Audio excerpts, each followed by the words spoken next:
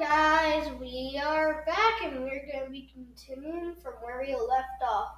Chapter 5. This chapter is 13 pages long. One sec.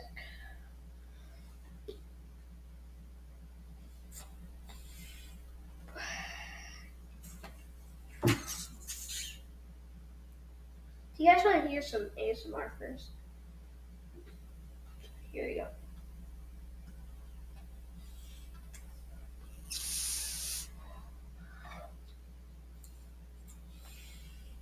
One more time if you didn't hear. Alright. Now let's get into it. Riptide, Tsunami said again. That's a funny name. I like it, Tsunami said. Fierce and scary. Like mine. Riptide was pacing through the beach, lashing his tail in a long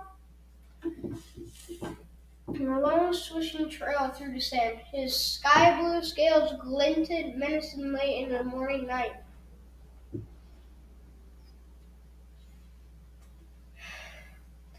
He had claw-marked scars along his underbelly and what looked like an cold bite on his tail. Tsunami was pretty sure he was only a couple years older than she was. The scratches she'd given his snout finally stopped bleeding. She'd given his snout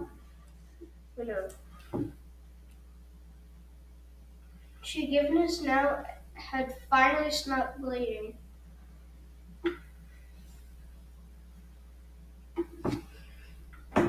She hoped those scars wouldn't leave too. He had a very handsome snout when it wasn't all clawed up. All right, he said, so the towns of peace are real. Fortunately, Glory muttered.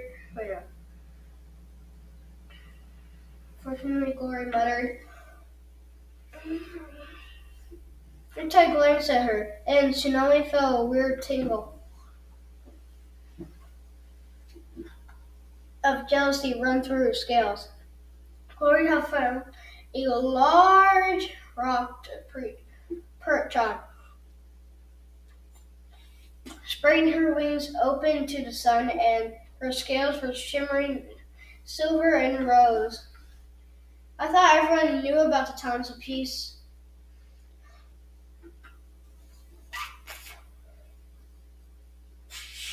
Sunny said.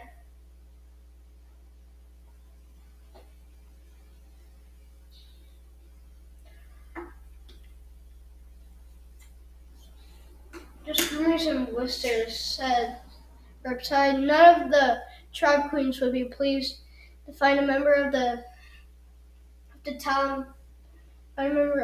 peace movement in their midst, conspiring with other tribes, stealing eggs. He shook his head. Queen Coral will kill any dragon she found working for the towns. He gave Tsunami a searching look, like she didn't understand.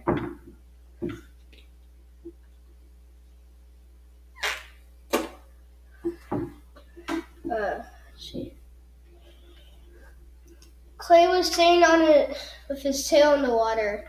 He had muddy sand packed over the spot where Riptide had clawed him.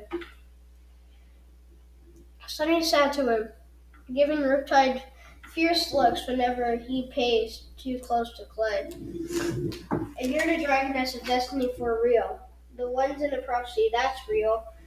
Riptide stopped, inhaled deeply, and blew out again. And you're here in the seaweed territory, just like he glanced at Tsunami again, then went back to pacing.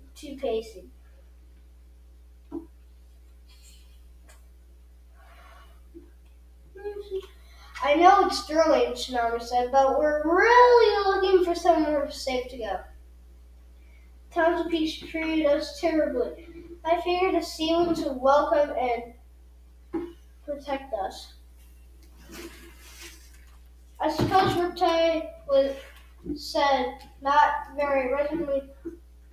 So, were you all raised in a cave? You stopped in front of tsunami with the ocean? Never. You never went into the ocean?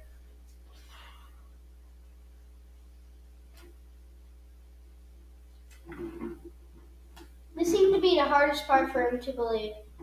Not until we escaped, Tsunami said. But that's awful, said Riptide. Thank you, Tsunami said, flaring her wings. I know it was. I've always said our life was miserable, but these dragons keep arguing with me. Not me, Blueberry said. I can't believe the towns did that to you, Riptide said.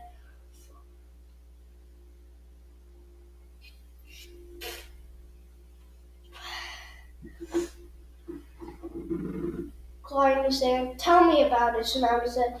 They really are the worst. Even webs. Webs didn't take you to the ocean, Riptide asked. You know about webs, Sunny asked.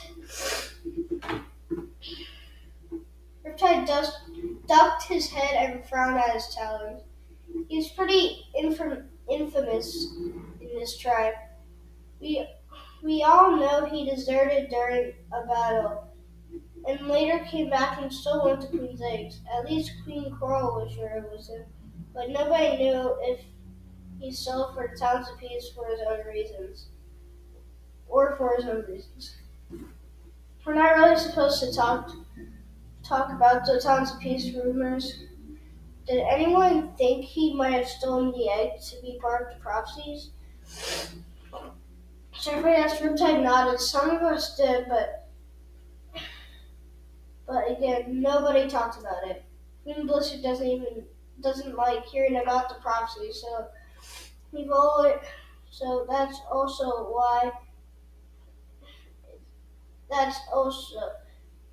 that's also been a forbidden topic.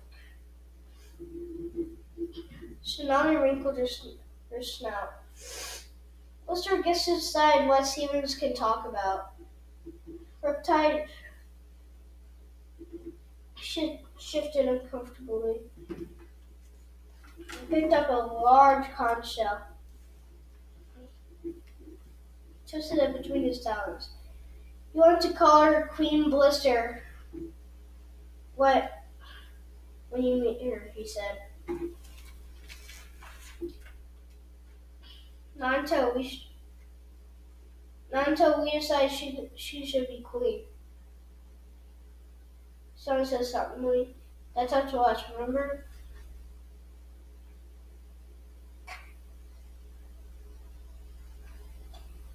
It looked for a moment Riptide was not trying to smile. Well, Starflight stammered. She is pretty good. I mean, she's a smart one. I think we'll probably. Starlight tilted her head at him. What was he rattling on about?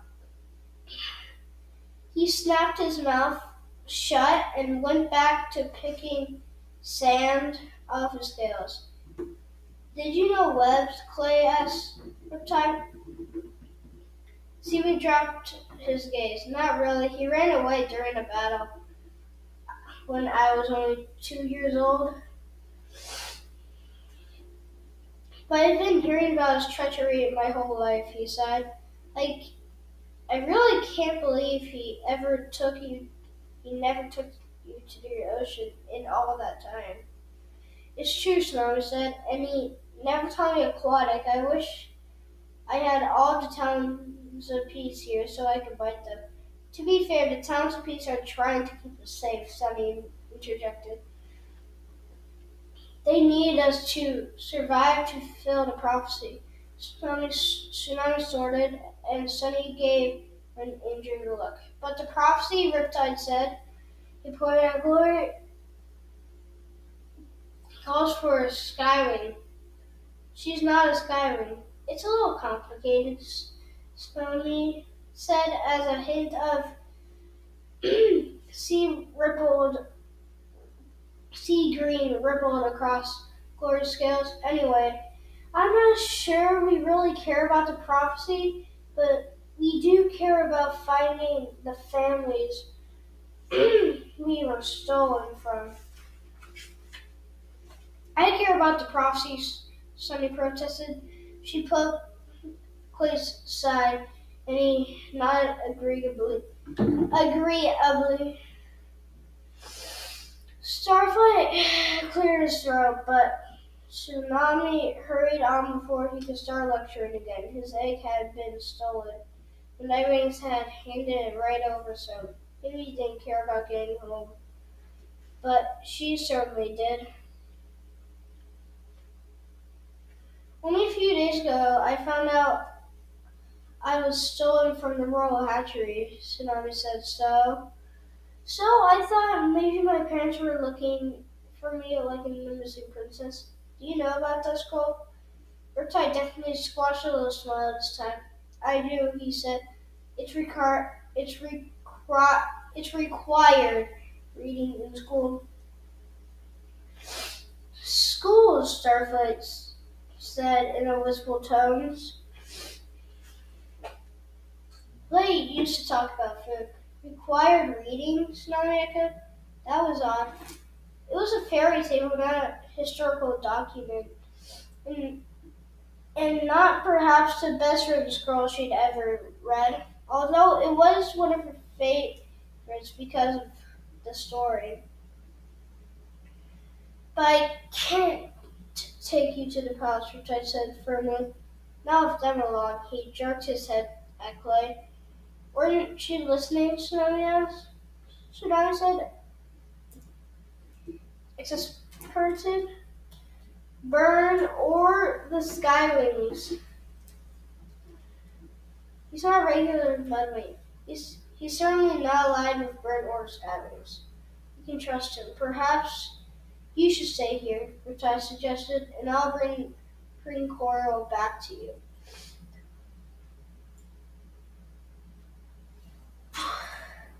He glanced across the water at the other island, where he met the green dragon with the black spiral patterns. We're just going to do a part 1, part 2 of this chapter.